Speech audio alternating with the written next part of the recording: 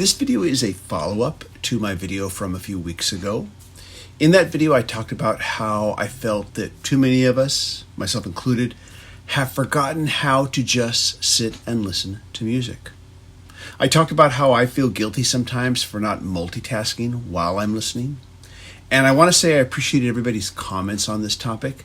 And I was also glad to hear that a lot of you still just simply sit and listen, which I think is great.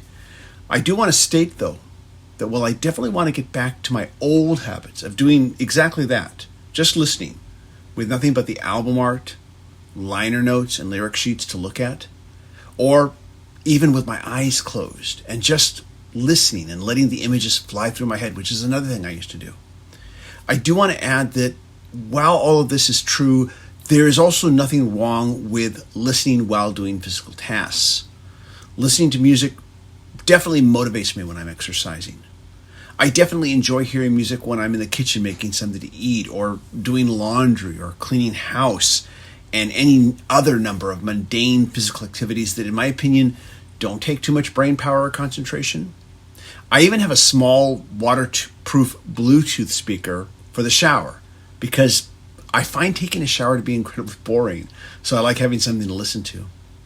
But I never want to listen to popular music when I'm doing work that takes concentration, like managing finances or working at my day job. In situations like this, I find it too distracting, and the work doesn't get done as a result. So there is something else that I will listen to in these types of circumstances, but I don't want to get into that here because I don't want to get off topic. For me, there is one other type of listening that I do that I'll admit is unique to my situation as a YouTube creator, and that's research listening for the channel. When I'm writing a video or an essay about an artist or an album or a song, I do actively sit and listen to what I'm writing about while I'm writing about it, checking for nuances in the musical performance or in the lyrics, examining the musical production that was used, or researching history on the recording and what might have been going on behind the scenes in the artist's life during that time. Sometimes I will play the same song over and over again until I have written what I feel I need to say about it. Again, this is unique to my situation, but I'm sure that there are a few other YouTube creators subscribed here who understand what I'm talking about. Anyways, let's talk about the comments that were left on the first video here. And I want to discuss some of these here. Let me pull up some of these for you here. Ben Tura says, "I'm sorry, TJR. What did you say?" Thank you. And DJA Cobb Madrigal, and hopefully I said that right, says part of the problem is also with some audiophiles. Instead of them using their equipment to listen to music, they use music to listen to their equipment.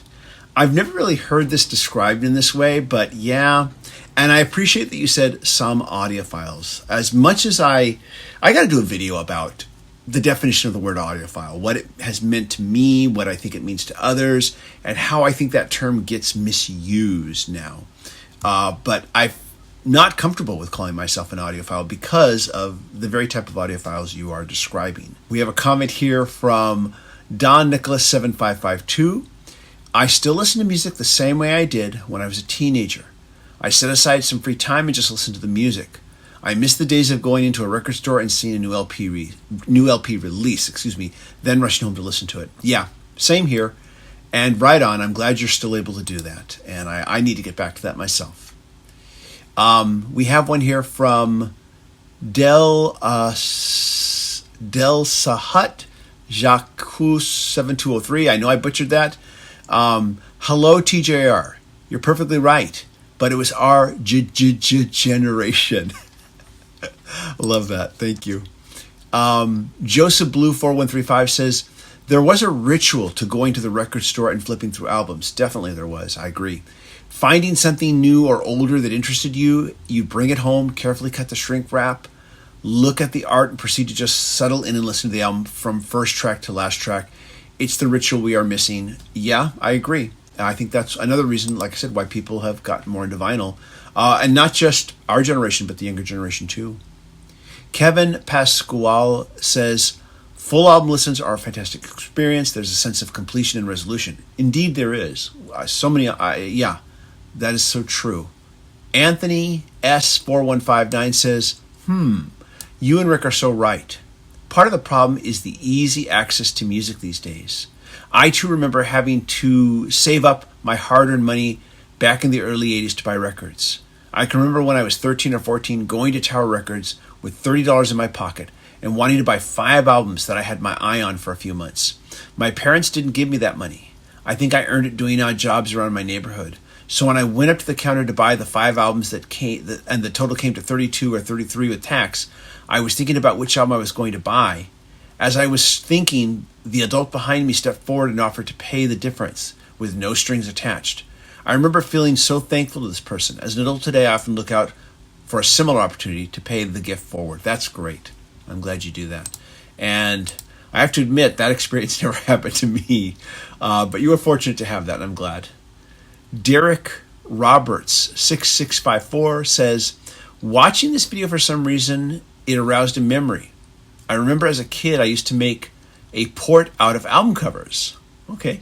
I'd be playing a record and take the records and build a port on the floor and lay it down and lay down in it. Gatefolds made it easier. Maybe I'm not sure I understand what you're describing. Maybe you can elaborate. Interesting. JUDMCC or JUDMCC says, I mostly sit and listen as I've done since the 1960s. The difference is that now I have to use a magnifying glass to read the liner notes for the CD. And yeah, I hear you. I remember when I had to get my first pair of reading glasses, and now I have prescription reading glasses. And some of them are pretty tiny. I wish they'd make them bigger. But I'm glad you're still managing to listen to it in the old way. Man of Oil says, I'm an older Gen Z, and I remember when I first introduced myself to some coworkers, I told them I liked listening to music. They were a little confused and asked me if I did anything else while listening, like reading or gaming, and they were dumbfounded when I said, no, I just listen. Yeah, that definitely is a big difference nowadays. People just don't sit and listen. He then goes on to say, Rick's point about music being devalued is so true. Music is universally experienced and part of everyone's lives, but it's almost never appreciated as a standalone product. It's treated as mood dressing or just something to set the vibes. Or now with TikTok, it's been turned into content, just a primer for creating memorable one-liners or relatable skits. Streaming has been great in so many ways, but the devaluation is a really sad unintentional consequence. Yeah, I agree. I think it also goes back to file sharing as well. That played into it too, but I agree with your point too. Although as a counterpoint, I don't know if just sitting down and listening to a record is the gold standard way to experience music either. I've had countless experiences with artists, albums, songs that I've totally written off until I see them live in concert. Good point. Where being able to make a connection with a singer, see what the bassist is doing, what chords the guitarist is playing, etc. helps me gain a new appreciation for something or notice things I wouldn't have otherwise. I find things like music videos or live in studio recordings can also help in similar ways, and that there's just a value to that added visual element. Robert Kinsler would also agree with you, and he and I have done many videos, and he is very much relates in the same way you do with the live experience. Intentional listening shouldn't have to be a test of attention span either. Like I probably do my most intentional listening while walking my dogs with my headphones in. The movement helps me keep my mind from wandering or falling asleep, LOL. Not that I fail to see the value in popping on a record and reading the liner notes either, though. Good point. Yeah, and this goes back to what I was saying, that there's nothing wrong with listening while you're doing other things that don't require much concentration. And finally, we have one from Sheris Pies, if I say it right, 5094. First time on your channel. Thank you. Welcome. Very interesting, and I find our world is so different than what we grew up in. I don't care for how people treat each other. We all need to be kinder and more observant of our love of music. Thank you. And thank you. And thanks for, coming to the channel here for the first time. And yeah, I definitely think being kinder to each other is always a good thing. So thank you everybody for your comments on that last video. I wanted to kind of follow up on it here. And thanks so much as always for watching. If you like these videos, be sure to hit like, hit subscribe, and hit the bell notification icon so you never miss a video. A big thank you to my patron supporters. Patron supporters do receive exclusive weekly videos not available on this channel. And if you can't be a patron supporter, I understand. Just you can leave a super thanks or just click like. That helps a great deal. Yesterday, I made a video about the Moody Blues and the album Days of Future Past. I just wanted to point it out. If you didn't get to see it yesterday, I'll leave a link here. It should show up as the last video posted. I think that video deserves a little bit more love, so if you can spare a little love for that video, I'd very much appreciate it. But mostly, thank you for stopping by, and we'll see you in the next video. Take care, everybody. Bye-bye.